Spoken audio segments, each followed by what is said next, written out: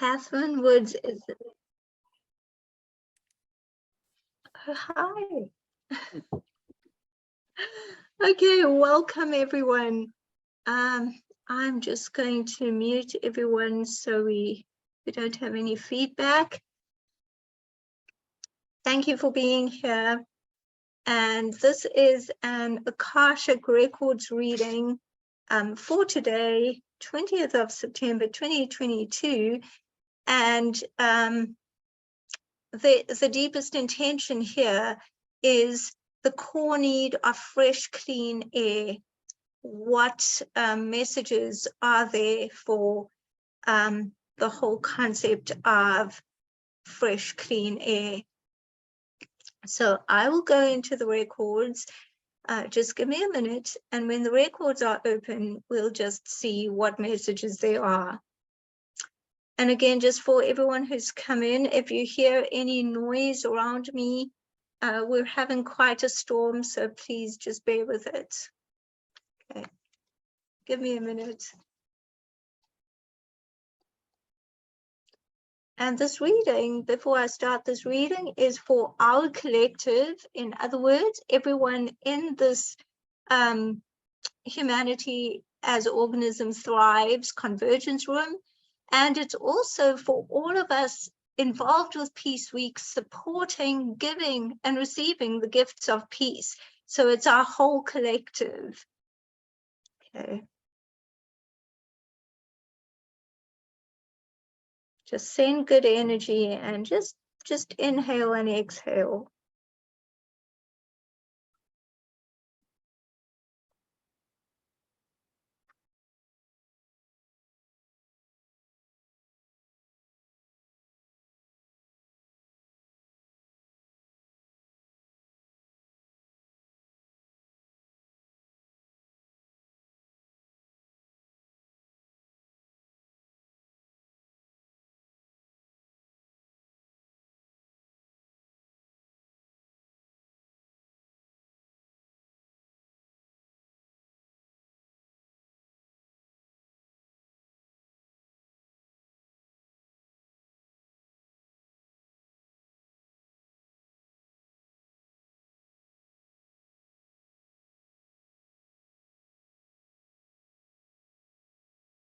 The records are now open.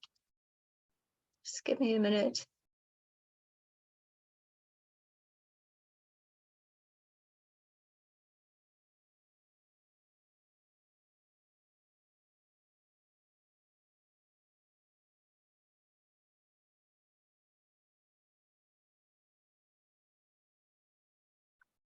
They're saying that air, which is so available and free to all of us, has become a commodity in our modern world. That it's been traded in so many ways. It's been bartered with. It's been made into currency almost, and it's been played with. And that air isn't just a chemical composition. Air is, yes, it is composed of elements. However, it is life. It is beyond its composition. It is consciousness. It is what it is. Everything that it breathes in, that we breathe in, we're in an energy exchange with the air. And we are being called, and not being called by any external force, but we're inside of us is a calling to give respect and honor the air. That air is life, not just using it as in a commodity. Just give me a second.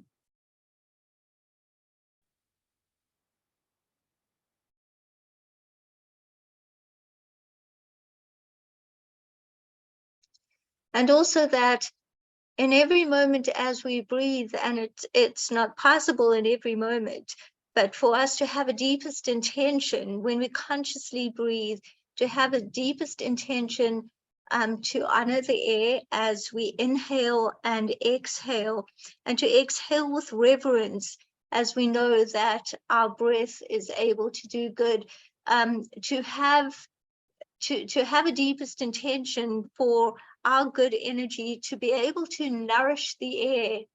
And that feels, it may feel to you like that is a little bit arrogant.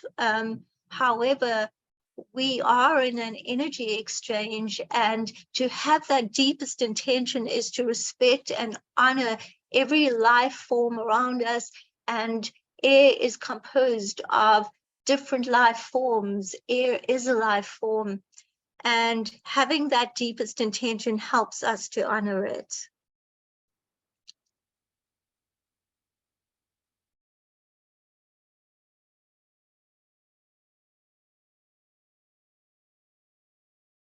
And as we honor the air, not only are we doing that, but there's also the feeling of what I do to you, I do to me. I am you and you are me. The air becomes us, nourishes ourselves, becomes part of us as we become part of the air, as we exhale. And not just seeing the air as separate, but seeing oneness in our interaction with the air, and being able to perceive that oneness and know that we are in a belonging, we are in a family, we are not in an interaction with two, but there is a oneness, togetherness. And so what we do, we don't just do to honor the air. In honoring the air, we are honoring ourselves. And with that comes a greater level of self-love, with which comes a greater level of vibrating. And once we're on a higher vibration, we're able to give and receive more, and give and receive more deeply.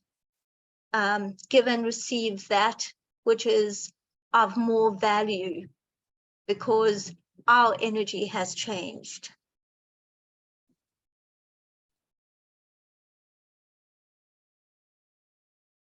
And that is what I've got, the messages that I've got about fresh, clean air. I'd like to ask anyone who would like to ask a question, please type it into the chat. And it's not a question for any individual personally, but just a question, a general question for our collective, our human and non-human family, in this convergence room, and also the greater beyond, our collective here at Peace Week, and everyone contributing their energy to the gifts of peace. So I'm just going to be in the space, and feel free to either raise your hand or to type into the chat, please. Yeah.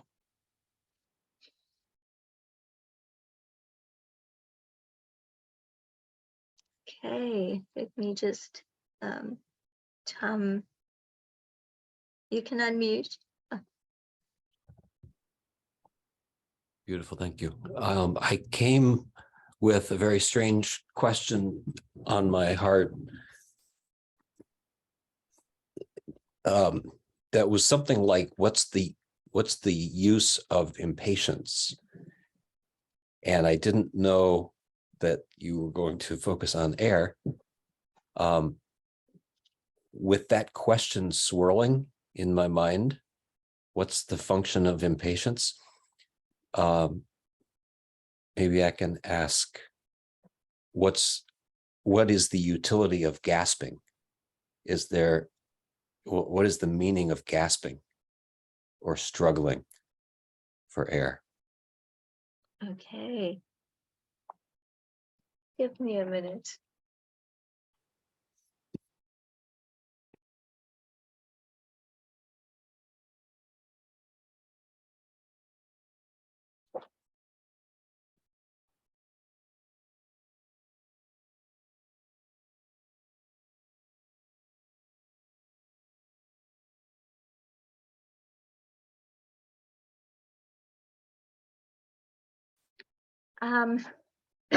What I'm getting is that, and this is said in a space of love, all of us here have at some time gasped for air for some reason, and there are people who gasp for air very, very frequently. So this is said in a space of love, that the gasping is in a vibration of desperation, in a vibration of scarcity, which is not a judgment.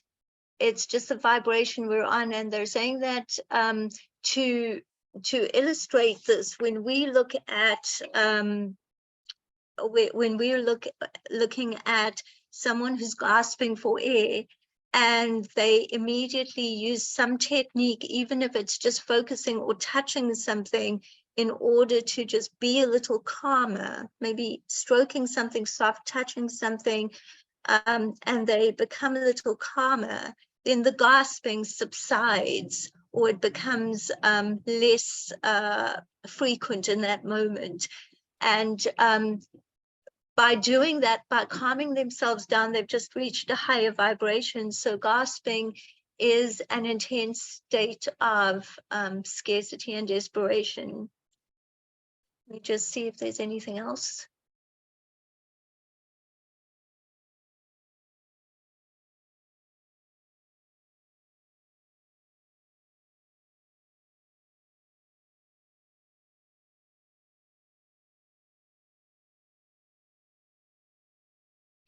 And it's also an attempt to, by the person gasping, to get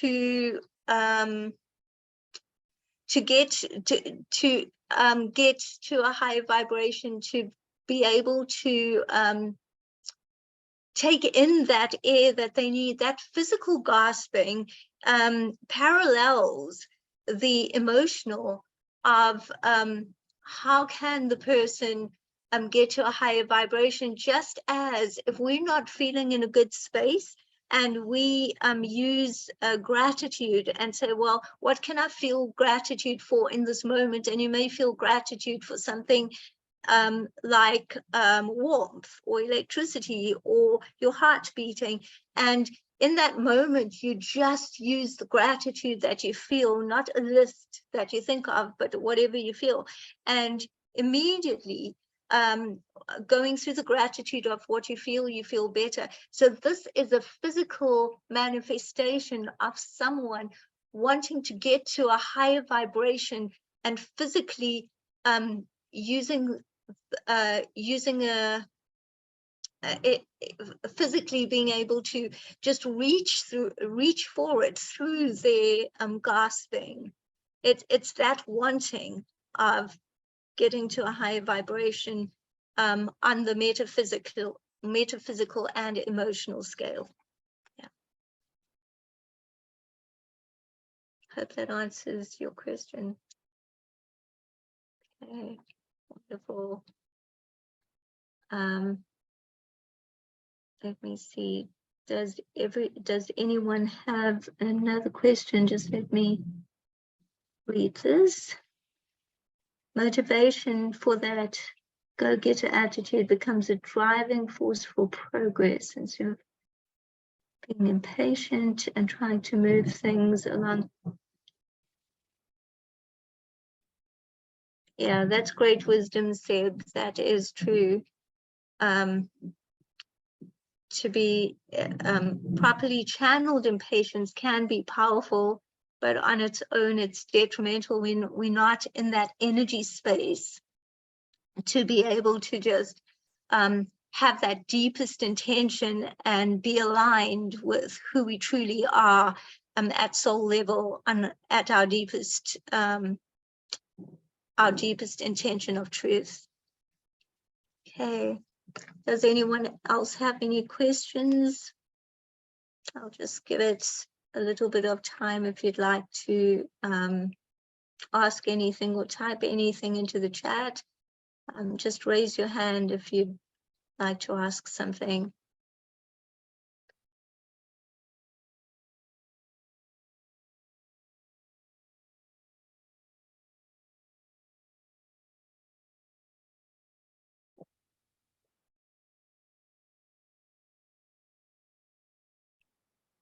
Okay.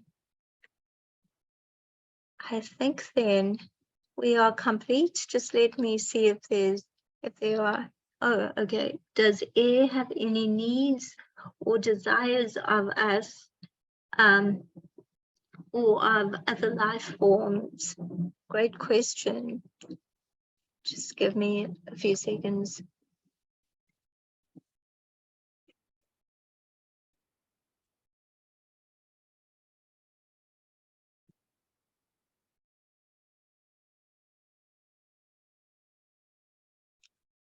And what I'm getting is love.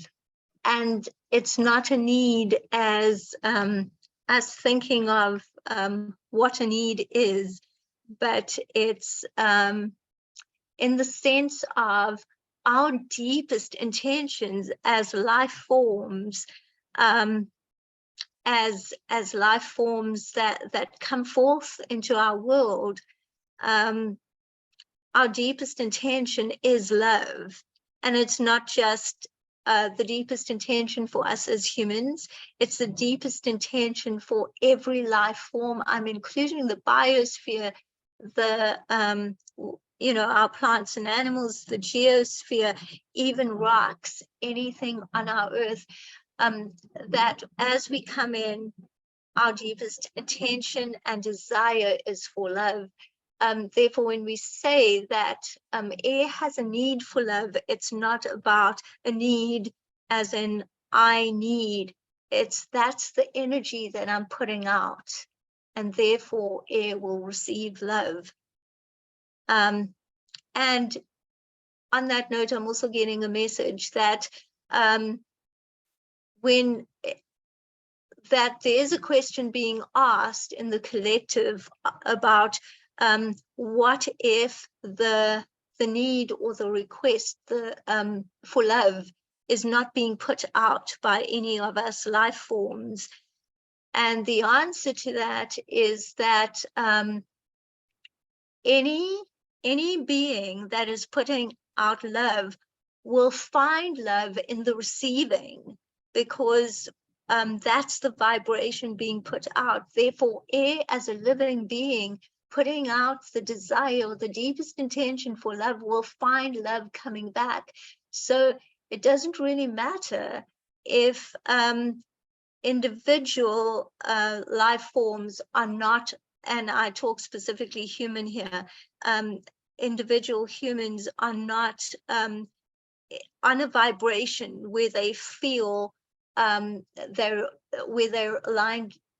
If they're unaligned with their intention for love, it doesn't really matter if they're not putting that intention out, because every being that is putting that intention out is receiving love.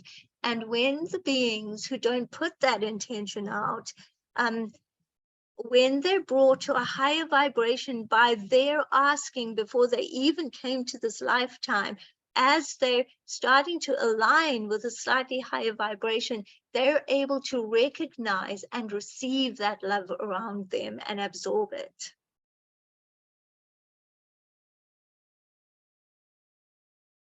Oh, that's beautiful, Bunny.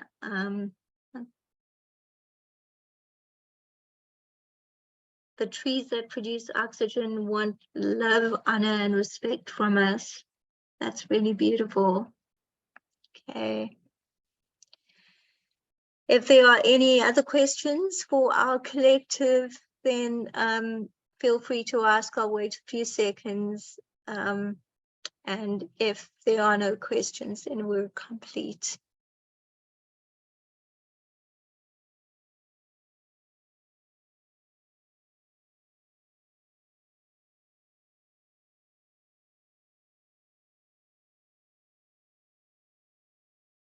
Well, I think we're complete. So I'm just going, oh, okay. What would you like me to ask? Well, Seb, I guess that's up to you.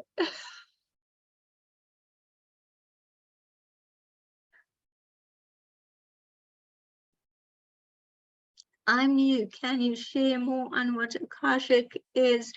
Okay, well, at this moment, I'm going to close the records and then we can chat. And whoever has questions about that, Shauna, I will definitely explain that. So just be with me for a minute. Okay.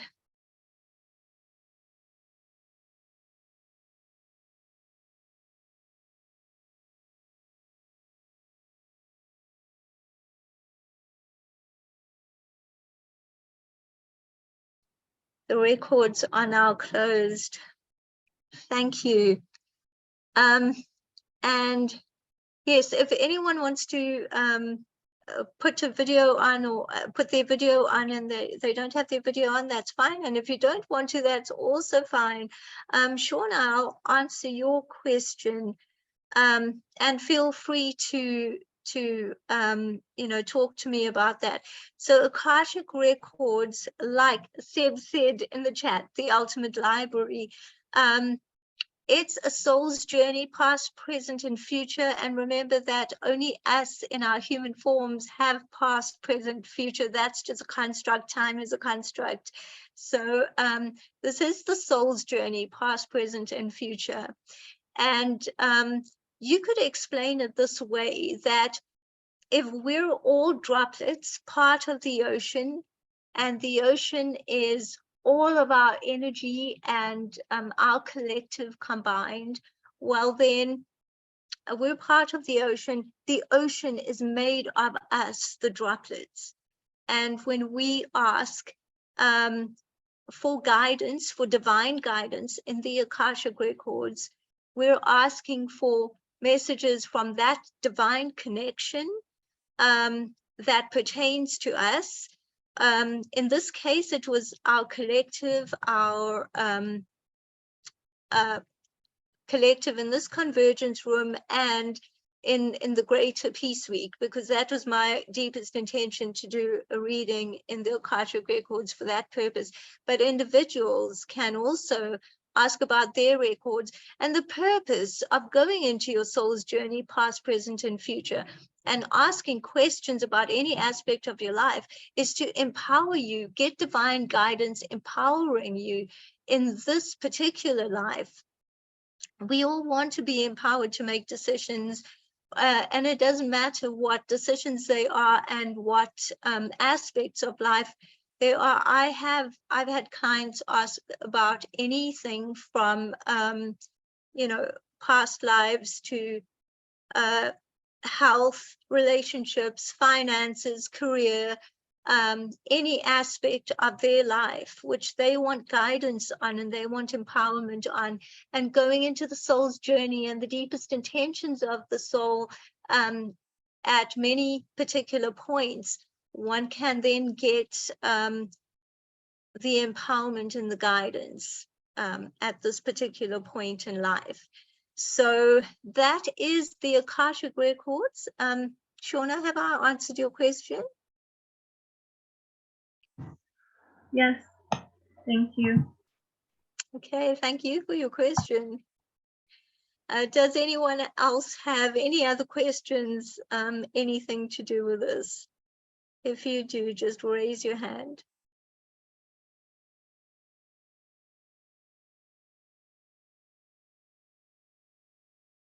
Okay, Bunny. I've heard a lot lately people saying that you should do your Akashic records. But if you're guided and you know that you've been guided your whole life, do you really need to go to the Akashic Records?